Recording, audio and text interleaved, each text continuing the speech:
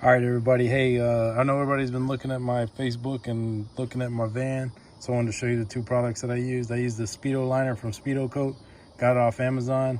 You're gonna need about 10 cans. They come in kits with 8 with a gun, and then you can order individual cans or smaller kits. But I had 8 cans and I needed 10 to do this, and this was with a white. This is bedliner white, and my van was originally white, so I didn't have to change door jambs or any of that.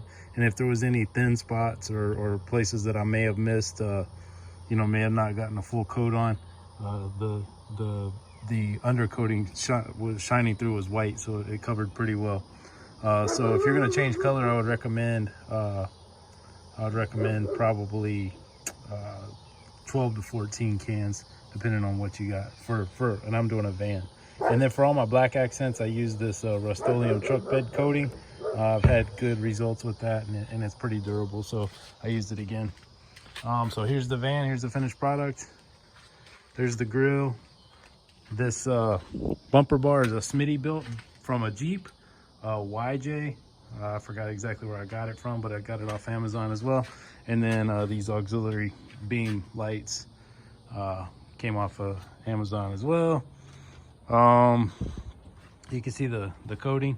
It got some grease prints on there already because it is pure white, but you can see the coat, what it looks like. There it goes. Headlights were already in the van, but they look really good now with the black. I know a lot of people ask me about those. Not sure where they came from. The previous owner installed those. Nothing fancy. American racing rims. I did use the spline drive lug nuts here. I know a lot of people don't like the spline drive. I don't really like them either, but I needed new lug nuts anyway, and those are the only ones that I could find that were in black. So I got those, and I got those at my auto parts. You can see I blacked out the mirror. They're originally shiny. I just went ahead and bedlined the mirror as well. I still got to clean up the glass, a little bit of overspray on there. You can see I also took the rack off, painted it, and resealed all of that up there. So it's pretty much the outside. There's my tail lights with the I was gonna get the black tail lights to go with this, but I didn't really want to wait for them to come in before I use it, so I just did that little custom work on my lenses. And basically all I did was use the stickers to mask some vinyl decals that I had from a Halloween section, as you can probably tell, to mask it, and then I used tape to cut out some stencils where the actual tail lights are and stuff, and then I just sprayed over it with the bed liner, and it came out pretty good. So all my accents, all bed liner. Still got some cleaning up to do. There's the other one, but gotta get this tape off too. All right, so that's what I got for the van. The inside is nothing really fancy. You can see it's all mismatched because I got these out of the junkyard. Ordered a new instrument bezel. Got this Amazon Sound Systems Laboratory single DIN touchscreen. Works out pretty good. And then I also got the 10. You could probably see it under there. The powered sub, 10-inch sub under there. And then I got these nice. In Hawaii, they got this company called Wet Akole that makes neoprene covers, but they're kind of expensive. So I got these from AutoZone as well. And these are body glove neoprene, and they worked out pretty well. So these seats that I have in this van were originally the captain's chairs out of like a conversion van. I just took the armrests off and I made them back to kind of more of like a bucket. I also got this bad boy right here, which is my retro Igloo Cool Rider. That's what I'm going to use for my haven't even opened it out of the box yet. It's like a new old stock. So I ordered that. I think I paid like 22 bucks for it on Mercari. So I'm gonna use that for my center console. Since you can see here, this takes up basically my cup holders and everything. And then I did my bench seat back there. Got a good spot for the baby to ride, So I did put a neoprene cover on the bench seat as well. And then I'll show you the back. I'll go around to the back. Still got to put my rear wiper back on.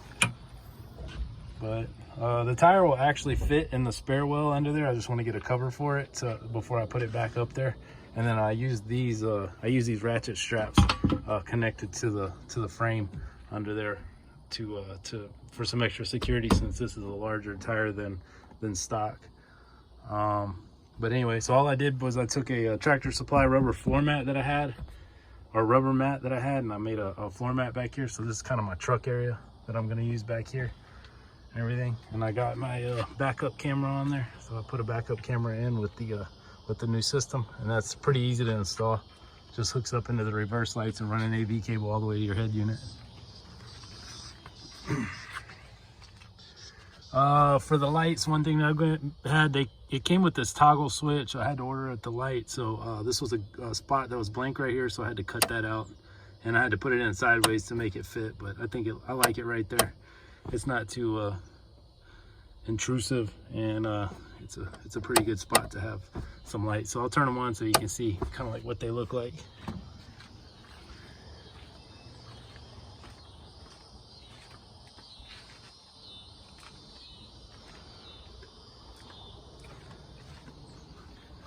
All right, hope y'all like it. I know this video is kind of long, so I'll leave it there. 2000 Chevy Astrovan all-wheel drive. Oh, almost forgot the most important part. There's my thump stick right there for my Journeys off-road four-wheel drive conversion. I did a Blazer transfer case in here. So for those of you that don't know, the all-wheel drive comes. So the all-wheel drive comes. These vans that come all-wheel drive have a similar transfer case to a four-wheel drive Blazer, and the transfer case is right there, that guy. So I changed that to a Blazer transfer case, and it's just a bolt-on solution. There's also, if you just search it on YouTube, there's a bunch of videos that tell you how to do it, but that's how the Journeys off-road shifter for the transfer case to engage the four-wheel drive installs. And there was a factory spot for a floor shift in here, and that's kind of where they mount it and everything. You got to do some work to the wiring harness and things like that, but it's not too bad.